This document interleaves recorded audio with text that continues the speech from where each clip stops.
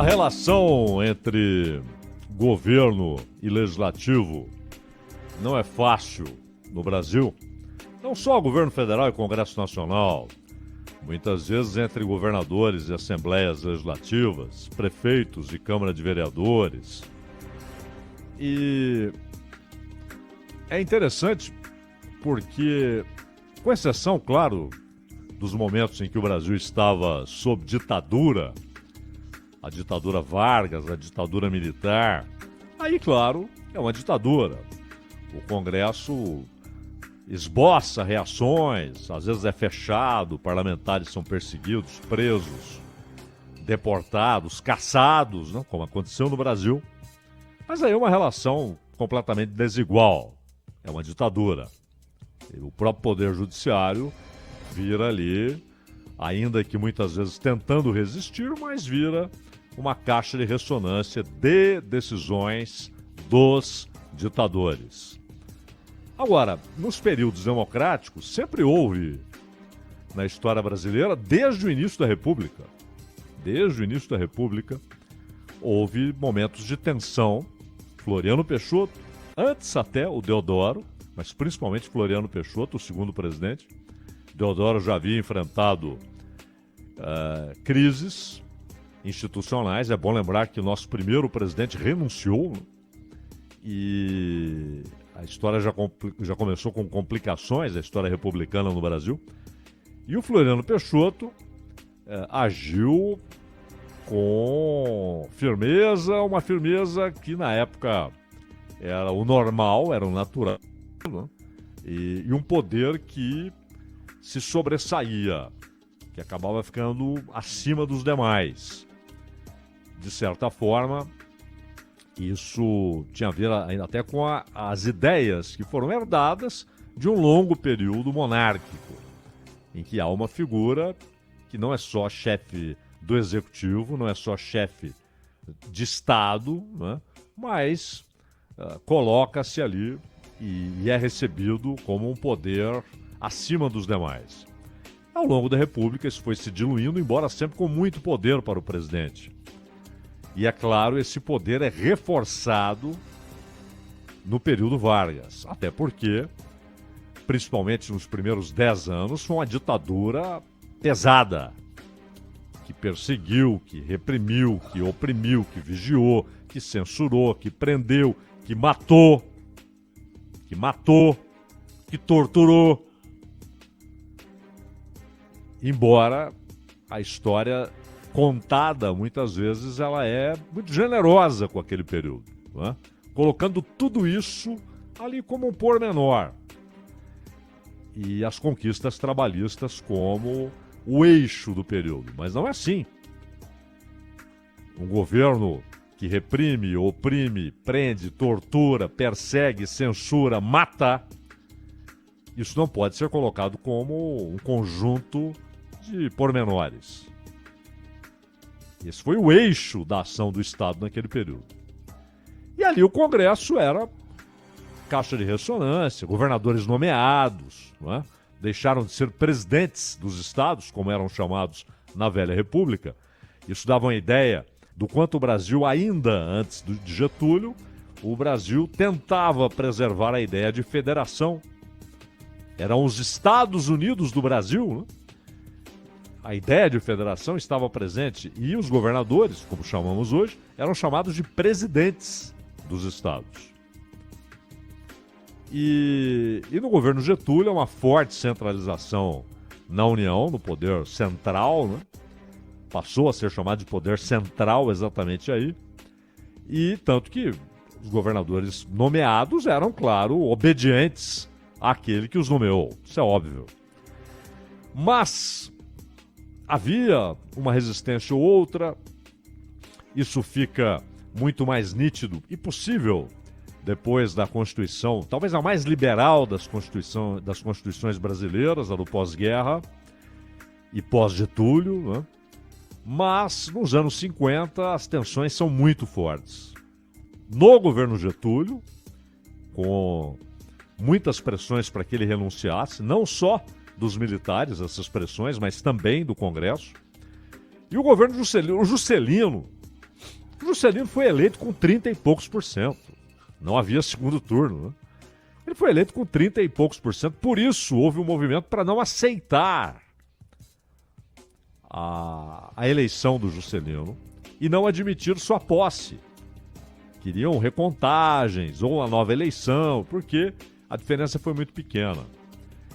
E houve resistências, houve até tentativas de ações desestabilizadoras. E a maneira como ele lidou com isso acabou sendo fundamental para que as coisas se acalmassem, né? Tivemos um período também de muita tensão entre Jânio Quadros e o Congresso. O Jânio ele nunca usou a expressão forças ocultas, é bom lembrar, né?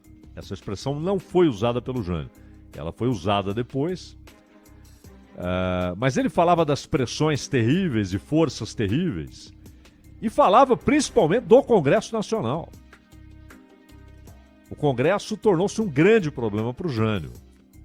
E aí fica sempre a possibilidade de várias versões da história, se ele tentou aumentar seu poder com a renúncia, voltar com mais poder para, de certa maneira, impor-se a um Congresso que dificultava muito a vida do Jânio Quadros. Inclusive, no Congresso Nacional, muita gente aproveitou o episódio Che Guevara, a visita do Che Guevara. O Che foi à Argentina, país natal dele, e depois veio ao Brasil, e aquilo desestabilizou os dois governos, o da Argentina e o do Brasil.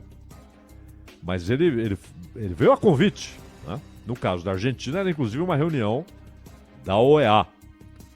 E depois ele veio ao Brasil, e no Congresso Nacional muita gente usou aquilo para desestabilizar ainda mais o governo Jânio e pressionar os militares para uma desestabilização.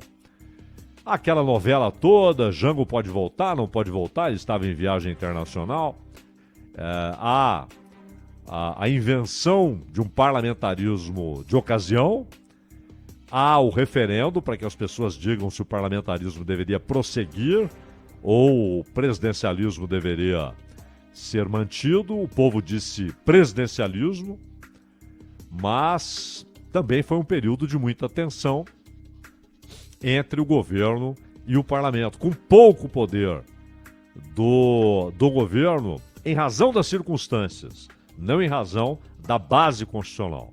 Aí vem a ditadura. Isso não conta, não é? A ditadura, obviamente, não fica medindo forças com o Congresso, ela se impõe ao Congresso.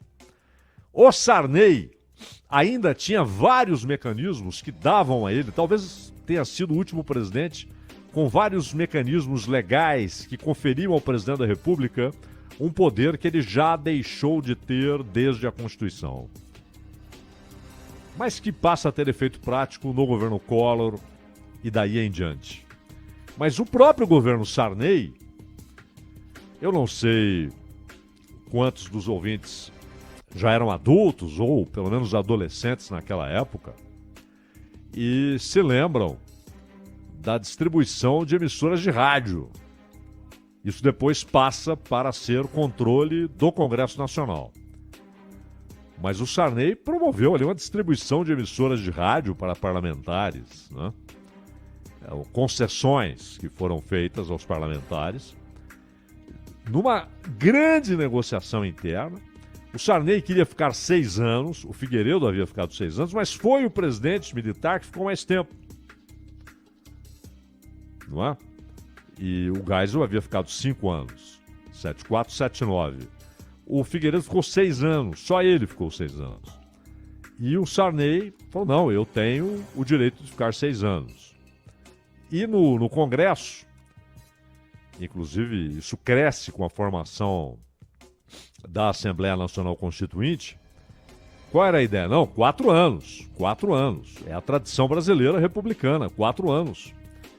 Então, eles acabam ficando nos 5 anos. Mas isso não foi assim, vamos deixar por 5. Isso foi negociado. Negociações às claras e às escondidas. O Collor tentou, de certa maneira, fazer com que o parlamento tivesse uma participação marginal dentro do executivo, ou seja, ministérios, etc. E isso fez com que ele perdesse força. E quando vêm as denúncias, que hoje muita gente, em razão das denúncias muito maiores, mais graves que vieram depois, muita gente trata como coisas menores. Não eram. Nunca é. Nunca é. O uso indevido ou do dinheiro público, do dinheiro do povo, ou do poder, nunca é coisa pequena. Há um princípio que nunca pode ser ferido. Sempre que ele é ferido, isso é grave. Não, mas a Elba, o que é isso perto do mensalão, do petrolão? Nunca é coisa pequena. Não é. A gravidade está no desrespeito ao princípio da proteção e da garantia de que cada centavo do povo será usado de maneira legal e honesta. Sempre que esse princípio, essa base, essa premissa, sempre que isso é desrespeitado, é ferido, é grave, independentemente dos valores envolvidos. O Fernando Henrique também negociou. O Itamar foi um período curto. O Itamar tem uma coisa interessante. Certa vez, Itamar era uma figura... é um outsider, né? Itamar era uma figura alternativa. Não porque queria ser, né? Não era algo que ele fabricou, produziu, desenvolveu. Era dele. E... então, certa vez o ACM tentou colocar o Itamar em situação constrangedora. E aí o que ele fez? Ele foi com a sua pasta rosa, né? Que supostamente continha ali segredos, ou do Itamar, ou do governo, né? Pediu audiência. O que o ACM queria? Que todo mundo visse ele na antessala com a pasta. Depois ele adentrando ao gabinete presidencial e ninguém sabendo o que estava sendo discutido ali. E aí viriam as manchetes, né? ACM constrange Itamar. ACM leva documentos secretos, com alguns segredos. ACM vai cobrar isso e aquilo de Itamar, mas ele levou alguma coisa na pasta. Ele entra na sala e quem ele encontra? Itamar e um grupo de jornalistas. Aí o Itamar diz para ele, por favor, mostre o conteúdo da pasta, né? Todos queremos saber. Ou seja, a ideia do ACM de ninguém saber o que havia ali, talvez tivesse ali tirinhas do Pato Donald. O importante era que as pessoas vissem ele com a pasta indo constranger o presidente, mas quando ele entra, o Itamar está cercado de jornalistas e diz, por favor, nos mostre o que há aí. E no governo Fernando Henrique você tem as negociações para a reeleição. Negociações também pesadas. Muito pesadas. Negociações que foram constrangedoras para a relação institucional entre executivo e legislativo. Ali, da maneira mais escarnecedora com os princípios republicanos das relações institucionais. Aqui é um escárnio. Mas, aí queríamos chegar. O Fernando Henrique usa uma expressão, então, e também em razão das denúncias a respeito das privatizações, como elas estavam sendo feitas, livros foram escritos, né? A história da privataria e tal. O Fernando Henrique fala, então, em ética relativa. O Fernando Henrique é um intelectual, né? Teve razoável importância como produtor de obras sociológicas, nada assim extraordinário e tal, mas razoável importância, são livros mencionados, né? principalmente na questão da independência da América Latina em relação aos poderes centrais do mundo. E como intelectual, às vezes dizia coisas que eram acatadas ali, porque era um professor da USP falando mais do que um presidente. Quando ele fala em ética relativa, isso não é aceitável. Não há relativização de certos conceitos, de certas faculdades, de certas qualidades, de certos conceitos, de certas ideias. Ética é uma delas. Ou há ou não há. É como honestidade. Não há aquele sujeito ele é um pouco honesto, ele é muito honesto. Não, é honesto. Se é honesto, é totalmente honesto. Se é desonesto, um pouquinho, é inteiramente desonesto. Assim é com a ética. Mas ele fala em relativização e aquilo traz muito de Antônio Gramsci. O Gramsci, intelectual italiano, ele se imaginava, ele se pretendia, mais do que se imaginar. É um cara muito inteligente para ficar imaginando e vivendo no mundo das imaginações. Até porque ele não tinha tempo para ficar vivendo no mundo das imaginações, porque ele era perseguido político, ele foi preso, escreveu os cadernos do cárcere. Ele se pretendia o Maquiavel do marxismo. Sabe aquela frase que é creditada ao Maquiavel e que ele nunca disse? Os fins justificam os meios. O Maquiavel nunca disse ou escreveu esta frase, nunca disse. Mas, por que então associaram a máxima ao Maquiavel? Porque Maquiavel, ele até escreveu O Príncipe, era uma maneira de se reaproximar da família Médici. Ele havia caído em desgraça com a família Médici, que era a poderosa família de Firenze, e inclusive proprietária do então maior banco da Europa. E Firenze tinha uma importância muito grande. E da família Médici também saiu um papa, né? O papa, aliás, que está lá no papado quando ocorre o primeiro movimento de Martim Lutero, né? Com os escritos que ele ia pregando na porta dos templos, né? Então, a família Médici tinha muita importância e o Maquiavel queria reaproximar-se da família Médici. Escreve O Príncipe, que aliás, a ideia original era escrever para um, ele acabou escrevendo para outro, dedicando a outro, a um irmão, porque a ideia era mostrar o que se fazia necessário para a manutenção do poder. Ou seja, o cerne da obra é caminhos para a manutenção do poder.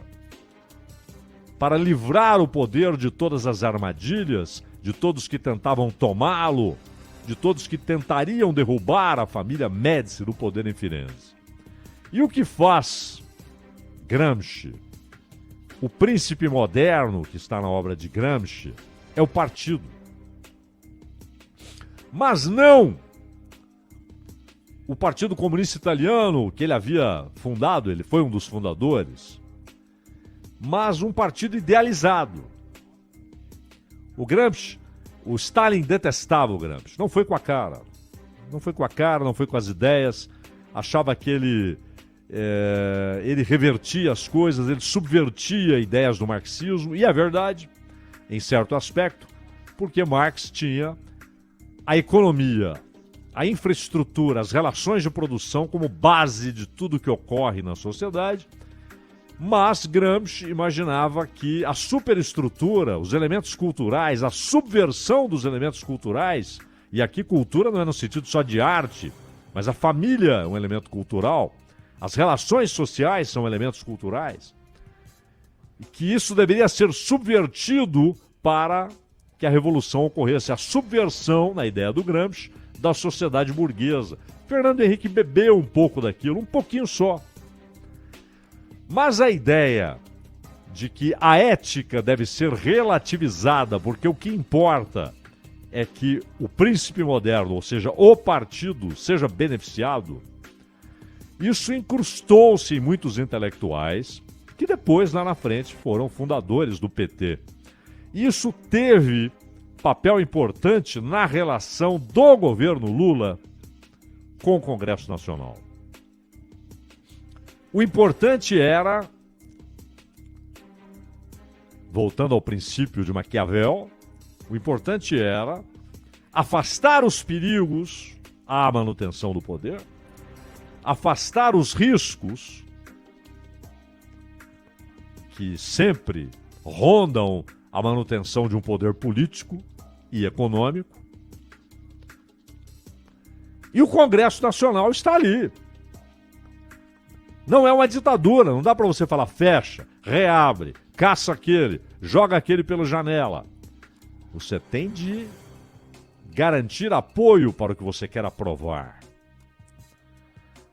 O que é certo? Você manda projetos e vê se o Congresso aprova ou não. Se não aprovar, ônus do Congresso, se aquilo for bom. Se aprovar, bônus do Congresso, se aquilo for bom. Se não aprovar e é um projeto ruim, bônus para o Congresso. É assim. No parlamentarismo, se o cara não tem base, ele cai. Se ele não tem maioria suficiente, ele perde o poder. No presidencialismo, não. Há um mandato que só pode ser encerrado antes do prazo, havendo crime, que é a situação do impedimento do presidente. Às vezes, um impedimento que é sujo. Ele é decidido por razões políticas e não jurídicas. Mas sempre tem a ver com a relação com o Congresso. E aí veio essa ideia gramsciana da ética relativa. E é claro, o mensalão, ele não é apenas uma situação em que houve corrupção. Ele é a quebra da representatividade. Se você compra o voto de um representante, você, claro, provoca a traição daquele representante ao representado, no caso, o povo. E isso cresce, isso se agiganta, isso tem a ver com loteamento do poder dos ministérios, das estatais com outros partidos, para que houvesse reflexo no Congresso. Um Congresso que aprovaria porque estava satisfeito com essa distribuição do poder, seja onde era legal, por exemplo, ministérios, seja onde era ilegal a participação em esquemas, como no Petrolão, ou antes a compra de votos no Mensalão. E agora? Não acredito que esse princípio de Gramsci tenha desaparecido entre os intelectuais e aqueles que acabam reproduzindo as ideias dos seus ideólogos em qualquer agremiação política, qualquer uma. Isso aquelas que têm alguma coisa, não essas bancadas de aluguel que há por aí, né, com dono e tal, isso é outra coisa. Isso é uma exorbitância, né? Algo extraordinário que temos na República Brasileira. Mas os partidos que têm história, que têm ideias, etc. Então você tem os ideólogos, isso se reproduz, isso acaba virando moto contínuo, modus operandi, ação permanente. Só que agora há um elemento novo, que são as emendas de relator. Você não precisa de nada disso. Congresso, o orçamento é seu. É seu. É o que acontece hoje. O orçamento e sua execução, porque antes de ser ministro da Casa Civil, Ciro Nogueira é um parlamentar, é membro de um grupo político e é membro dessa abstração que vai controlar o parlamento brasileiro por muitos anos, que é o Centrão. E se pintarem essa ideia aí de semipresidencialismo, que Gilmar Mendes tanto gosta, aí um abraço, né? Aí é a oficialização de o poder é do Centrão. Então, mas com o orçamento nas mãos, esse jogo modifica-se radicalmente. Já não há necessidade dessas correrias e negociações e malas e conversas e quanto é que você pode dar para aquele parlamentar, para aquele partido, você, empreiteiro que eu contratei para obra pública, você precisa dar um tanto para aquele partido. Isso desaparece. Pelo menos isso é lançado a uma condição mínima, episódica, não estrutural. E aí é necessário negociar política, posições, ideias. Então, esse vai ser o grande desafio e passará principalmente pela negociação em torno do tal mecanismo que está representado aí nas emendas de relator. Nós voltaremos a isso, até porque o Rodrigo Pacheco já colocou como condição sine qua non nessas conversas. Nós voltaremos a falar disso muitas vezes e mais a miúde, mais diretamente relacionado a fatos do nosso dia a dia na relação do próximo governo, o governo Lula, com o Congresso Nacional. Ronald.